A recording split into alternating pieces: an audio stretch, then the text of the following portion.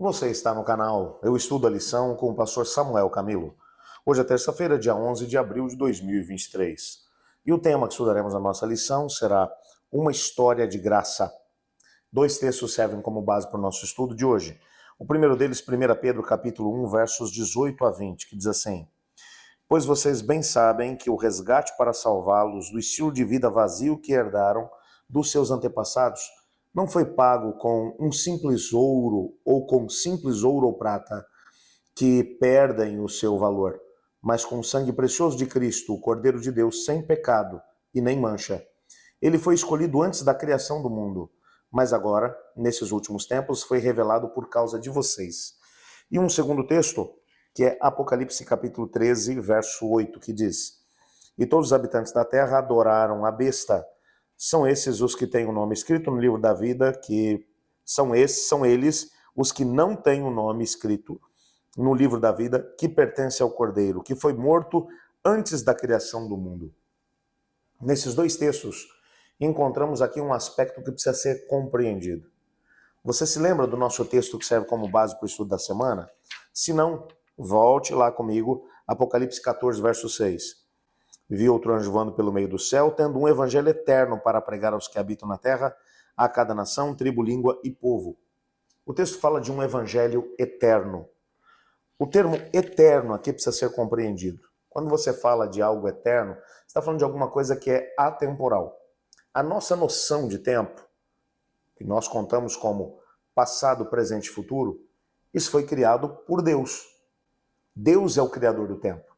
Como ele está acima dessa noção de tempo que ele mesmo criou, a Bíblia simplesmente vai explicar isso para a gente, para nós que temos uma mente muito finita, enfraquecida pelo pecado, seria impossível para nós podermos entender esse conceito. Então a Bíblia simplesmente explica para a gente que Deus é eterno. Nada apanha o Senhor Deus de surpresa. Para ele, o passado, o presente e o futuro são a mesma coisa. Ele tem uma visão da nossa noção de tempo, uma visão a partir de cima, uma perspectiva para ele, portanto, passado, presente e futuro são uma coisa só. Ele não tem dificuldade de poder lidar com o tempo. Por isso, nada o apanha de surpresa. Isso precisa ser levado em consideração quando falamos de evangelho eterno. Ontem falamos sobre o conteúdo do evangelho. É a mensagem de que somos salvos pela graça mediante a fé. Isso não vem de obras para que ninguém se glorie. Essa mensagem do evangelho, na perspectiva do que está sendo mencionado aqui no Apocalipse, ela é eterna. Essa noção, esse evangelho, ele é eterno, ele é atemporal. Ele é, portanto, anterior à própria existência do pecado. Nessa perspectiva, esse evangelho que é eterno, ele já existia antes do pecado e existirá depois do pecado. Como assim, pastor? Eu explico melhor isso. Na verdade, quando olhamos para aquilo que a Bíblia vai nos explicar, e nesses dois textos que lemos, isso para mencionar apenas alguns deles, Cristo é apresentado como o Cordeiro que foi morto antes da fundação do mundo, ou antes da criação do mundo. Ele é apresentado como aquele que foi morto antes da criação do mundo. Como assim, pastor? O que o texto está dizendo para a gente é que o plano da redenção, ele foi criado mesmo antes que o pecado surgisse aqui no planeta. Como já mencionei, como Deus é atemporal, como ele tem uma visão do todo, nada o apanha desprevenido.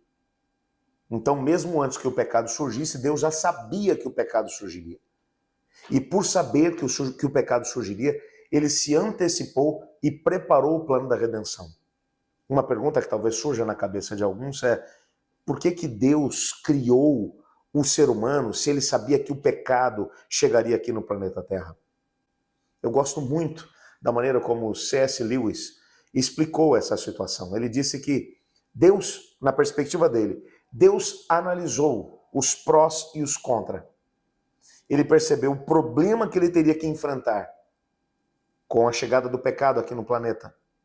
Mas ao olhar para o desdobramento disso, para o futuro, depois que ele resolvesse o problema do pecado, ele chegou a uma conclusão: vai valer a pena. O preço vai ser alto, mas o resultado final vai valer a pena. Por isso, Quando olhamos para esse evangelho eterno, nós precisamos compreender que ele já tinha sido preparado antes que o pecado surgisse. E por que é que no futuro esse evangelho também existirá?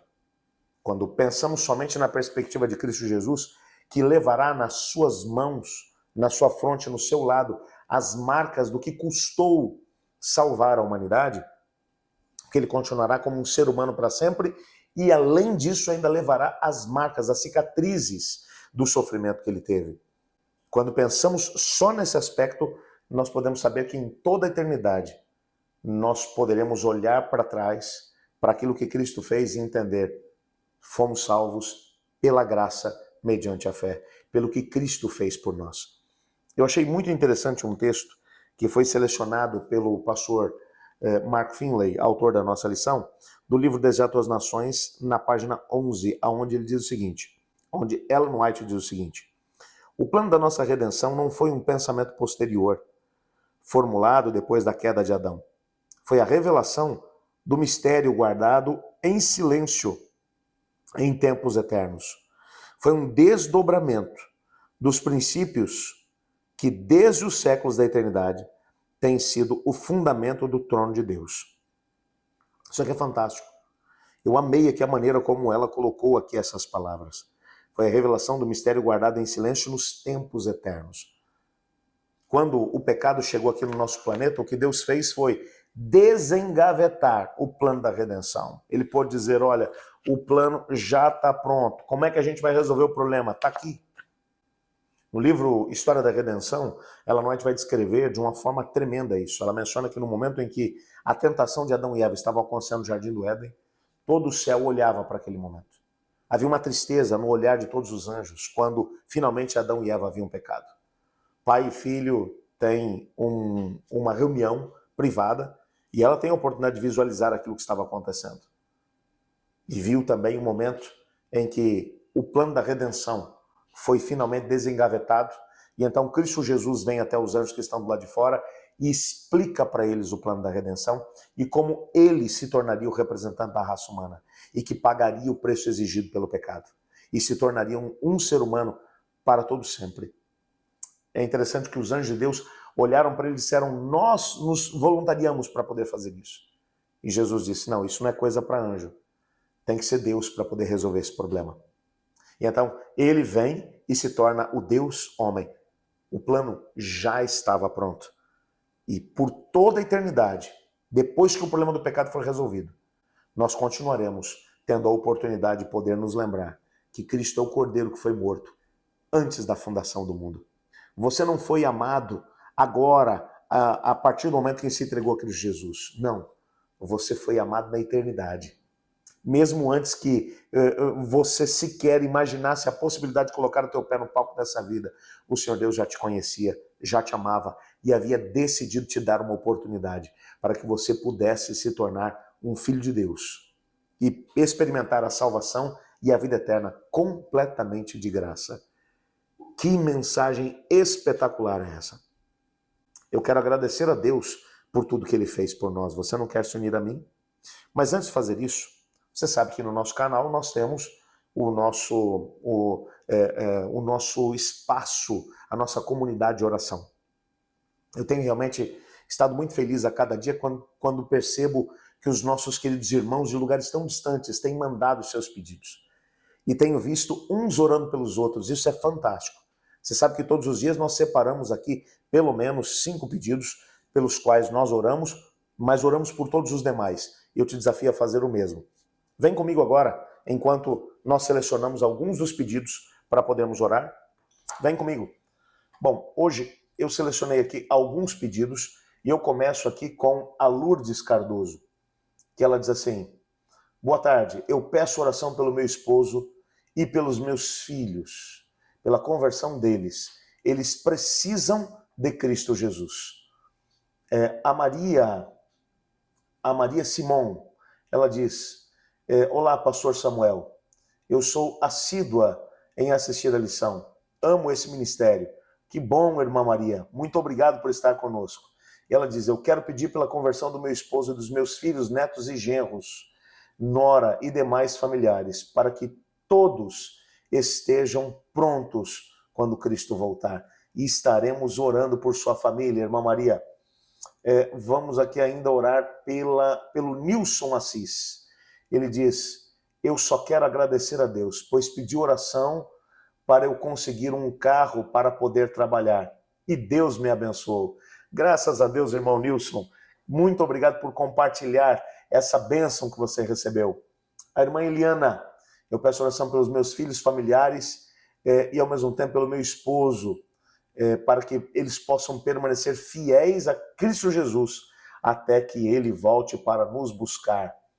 E ainda mais um pedido, a Maria Abadia de Souza, ela diz: eu peço oração pela Juliana Almeida, para que ela volte para Jesus.